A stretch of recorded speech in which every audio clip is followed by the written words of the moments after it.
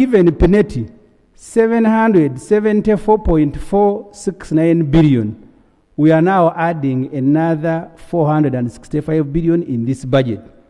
This will bring total amount given to Pineti for war to 1.239 trillion. Whatever this woman did too, or for our president, only Allah knows. The table below gives you a history of how we have been paying Pineti since April 2021. Honorable Ssemujju, don't impute a motive that the woman has I said I don't know, so I'm imputing nothing. No. The woman is just a businesswoman. Yeah, that's what, Madam Speaker, I said I don't know which business. No, but it's not the president giving her business, it's government. Whatever she did for government, not the president. Madam Speaker, it's not personal. No, I don't want to go there. It is not personal to the president. Please, let it be to government, not to the president. It can be changed as you have said, but the report has... It is not personal. Madam Speaker, I have provided a schedule. Honorable Ssemujju. Yes. It is not personal to His Excellency the President. No, the reason is because she went to the President. Did she go with you? I am going to show you photographs. Wait.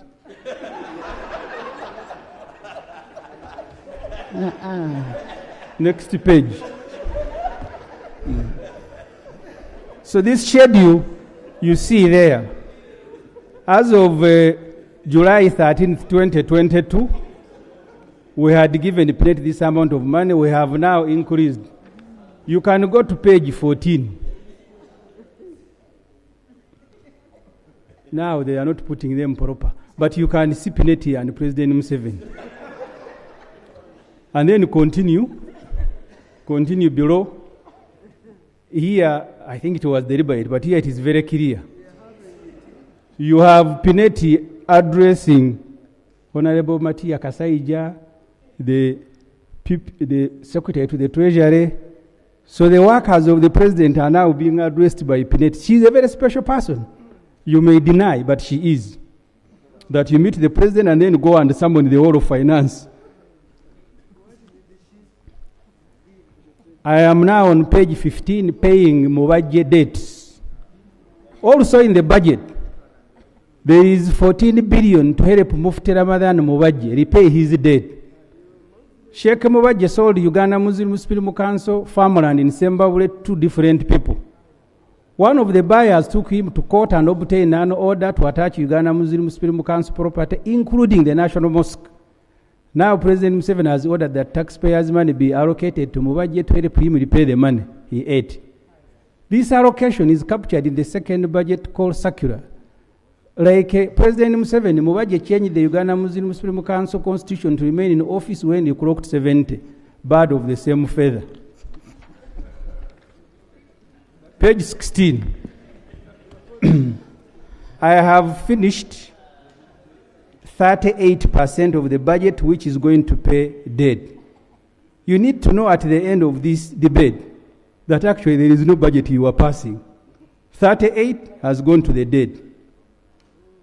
16% of the budget is to government employees, including ourselves here.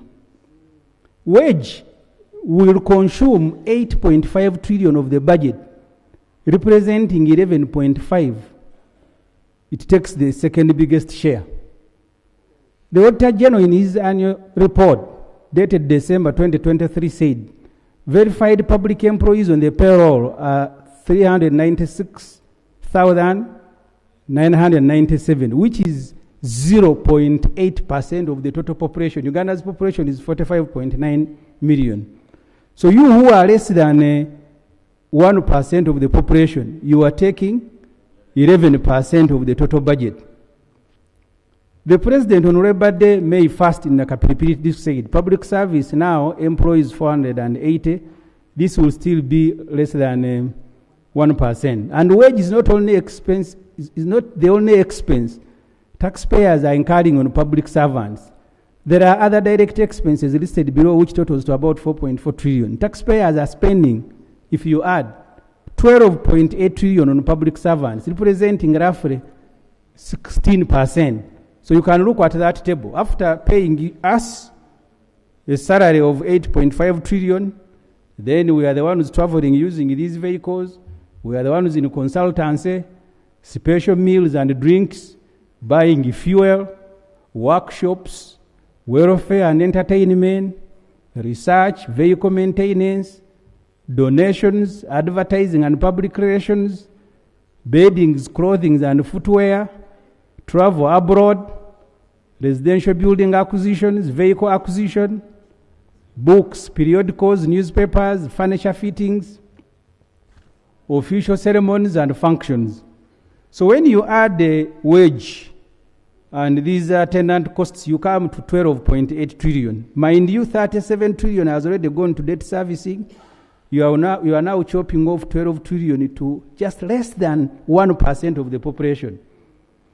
Interestingly, you need to 1% is wondering why PDM not making the rest of the population wealthy.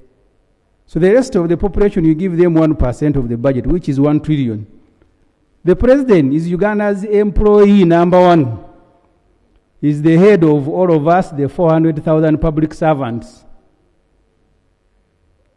His residence has been given 500 billion. And his office 306 billion. This financial year, the budget for the residents alone, after the supplementaries, came to 1 trillion, the same amount that you give to PDM. So after consuming 16.7 trillion of the entire budget, number one employee fuels his motorcade and goes to check on the rest of the population to find out why they are still poor. This is especially after budgeting for 1 trillion under parish development model. So the PDM constitutes just 1.3% of the entire budget. So you consume 16% of the budget, fuel vehicles. You can see the photos are not clear there. The convoys are on the road, putting fuel to go and check on the rest of the population why they are still poor. The ones that take 1% of the budget and you take 16%. Because the country is spending nearly 12 trillion on its human resource, Parliament must scrutinize these lists. These books here contain lists of all the staff for government entities. We have a duty to scrutinize them and report on them, which the majority committee did not do. That's why they want to restrict me to figures.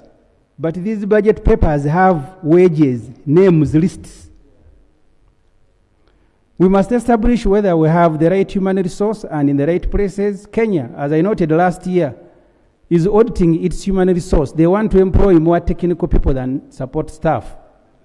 Look, our president employs 92 cooks to cook for him. When you analyze the list of staff for State House, which is given, it reveals two things: too much eating and resting. State House has 92 cooks of all types. Even a bigger hotel such as Sheraton, Serena, don't have these numbers. It is simply opulence. How many times does our president eat in a day to require 92 cooks? There is no state house in the world that is as luxurious as ours. You cannot be budgeting for pirao, karo, kashera, chapati, chaps for our president when there are no nonsense in Morago. The names, if you want, the names are here. They are given by the president's office. They are not my names. Now you're about to say, change the language. These 90 are in the book. Ssemujju, the cooks in the State House do not only cook for the president and his family. Even when we have these members going for caucus, they cook for everybody. Even when we go for iPod, they cook for everybody. These are cooks for government, not personal cooks. These cooks are there.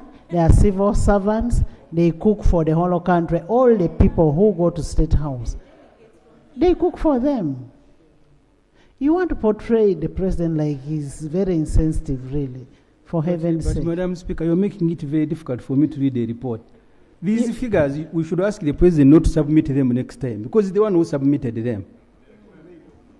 But it's a requirement of the law. So why is it a problem if I am reading them?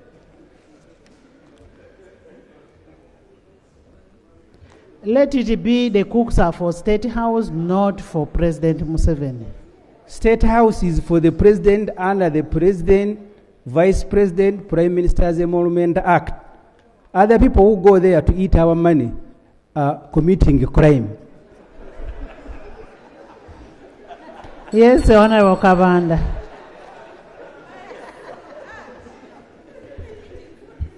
Right, Honorable Speaker. Honorable Ssemujju, while appearing on Capital Gang that was hosted in State House, where President Museveni was also a guest. A guest in the State House? Yes, Capital Gang was hosted When in was State House. Honorable Abdul Katuntu was among the guests. Honorable Ssemujju himself confirmed that when he was hosted in State House, he took tea, kalo, and ate some of the samosas. So he's one of the criminals. So are you part of the group that is eating government money when you are not entitled to eat? And he's a criminal. And you are a criminal, you committed a crime. Madam Speaker, I thought he's going to say that these cooks are not there. That's what I thought he would say. He has actually given evidence that even when I visited for a talk show, I can feed myself, but the luxury State House, they will give everybody. That's what he has confirmed. I have summarized on page 23 the staff categories. Drivers in State House, 170. Gardeners, 87. Cleaners, 82. Waiters and waitress, 77. Cooks, 59. Housekeepers, 31. Mechanics, 30. Chefs, 15. Motor vehicle attendants, 15. Room attendants, 15. Police officers, 12. Catering officers, 11. Stewards, 11. I don't want colleagues to lose the point I am making. I am showing you the allocation of the budget. 27 debt servicing. 12 trillion we are spending on ourselves. So the total, I don't have to read each and everything. 653 staff who are there cooking karo, dobbies, who. According to the staff list contained in the President's policy statement, the President employs 1,299 staff at his residence, State House, 1,389 in his office. A further 285 positions have been cleared for recruitment next financial year. The recruitment will bring total President workforce to 2,973. This is bigger than 2 secondary schools. You now come to RDCs, because you see, this is important. When you pass a budget, you are also passing and approving recruitment plans. These documents have recruitment plans. If the committee doesn't want to report on them, the main committee, it is unfair to stop others from reporting on it, because you're not only approving budgets, you are approving recruitment plans. We now have 657 RDCs. Remember, the Constitution, I don't have to read this, says there will be another DC per district. I don't know if the districts have now grown to 657. I will go to Murago Referral Hospital to compare. Murago operating at 49% human resource capacity. In this report, we compare Murago National Referral Hospital and the State House, President's Office, staffing levels. Both State House and President's Office employ 3,000 staff, while Murago has 1,308. Total number of staff required to run Murago is 2,649 members of staff, but only 1,308 have been recruited, which is 49% of the total requirement. Murago needs 1,338 staff to operate at full capacity. The list below shows the critical staff missing at Murago Referral Hospital. I don't have to go through the whole list, but you can see. This is where all of us go when we have problems. There are no staff, there are 90 cooks. deliberately, I think the ones who uploaded did not put, but I wanted to summarize so I don't take a lot of time. This picture, if you're able to see, you have tens of children eating from the same container. And then you have our head of state picking food from a banquet, from a buffet. This is how I've summarized PDM. Thousands of people are eating from one container. The rest have a buffet. So the ones who are enjoying a buffet are telling these thousands eating from a container, why are you not getting satisfied? He has now gone around inspecting. So you are on a buffet, picking meat, picking rice, picking chicken. And these ones, you have given them kaunga, all of them, you are asking them, why are you not getting satisfied? That's the economy of Uganda. 12 trillion is being spent on less than 1% of the population. And then you send 1 trillion and you're asking these people, why are you not getting wealth?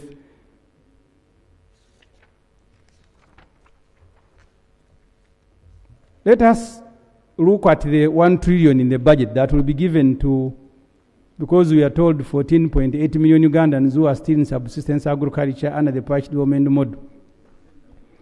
I don't have to repeat, that's why I used the photos to illustrate. I can now go to page 30. I'm about to finish. And this, for us, is the critical point. Budget must address conditions of our people. Our proposal to restructure the budget to address the socio-economic situation in the country, let us look at that situation that we are saying must be addressed. 14 million Ugandans walk barefoot. Right, Honorable Speaker, Honorable Members, 31% of Uganda's population, approximately 14 million, do not have at least 2 sets of clothing or a pair of shoes. Majority of these clothes and shoeless people are in Karamoja, where according to UBOS, 62% are without a pair of shoes and 37% are without 2 sets of clothing. Karamoja is followed by Busoga, where 26% of the population do not own 2 sets of clothing and 33% are still walking barefoot. This situation is evident when you look at the number of children in Busoga walking to school in plastic sandals called Nigina or barefoot. Rango, Teso, Buked, and Western Nile follow. This is according to UBOS. Ownership of clothing, according to UBOS and shoes, serves as a basic measure of household welfare, reflecting both economic capability and social status. These items, UBOS says, symbolize personal dignity and community standing. Children feel very bad if you didn't know if they don't have them. You need to read Genome 7's book. He still remembers that when they were in primary school, only Sir Richard Kaijuka had shoes. At 80, it is still paining him. There are photos here of children. Unfortunately, someone sabotaged the photos, but you can see them in their hundreds going to school barefoot. I got to page 32. 15.7 million Ugandans have no jobs. Uganda's working population is 25 million, which is 56% of the total population, according to UBOS. Uganda's National Employment Policy 2021 defines 14 to 64 as the working age. Only 9.4 million of these 25 million are employed, according to UBOS. This simply means 15 million people are without jobs. General Tibohabu on Labor Day stated that 1.4 million people are working in factories, 3.6 million in agriculture, 5 million in service, 46,000 in ICT, 408 in public service. Of course, President Museveni figures are exaggerated because the Auditor General, after head count, quoted 396,000 as the number of public service figure. The National Bureau of Statistics on page 162 of the census surprisingly records 13% of the working age as the number of the unemployed. This percentage of 13% actually means 3.2 million people and not 1.2 million as they put. Whichever figure you take, unemployment in the country is high, but even those reported to be working in factories are paid peanuts and are working under very harsh conditions. Among the youth aged 10 to 30, numbering 10 million, only 1.6 million are without jobs. That's why younger people are restless. The solution cannot be abduction, court-martial, and prison. The solution is to look for jobs for them. Only 2.7 million Ugandans own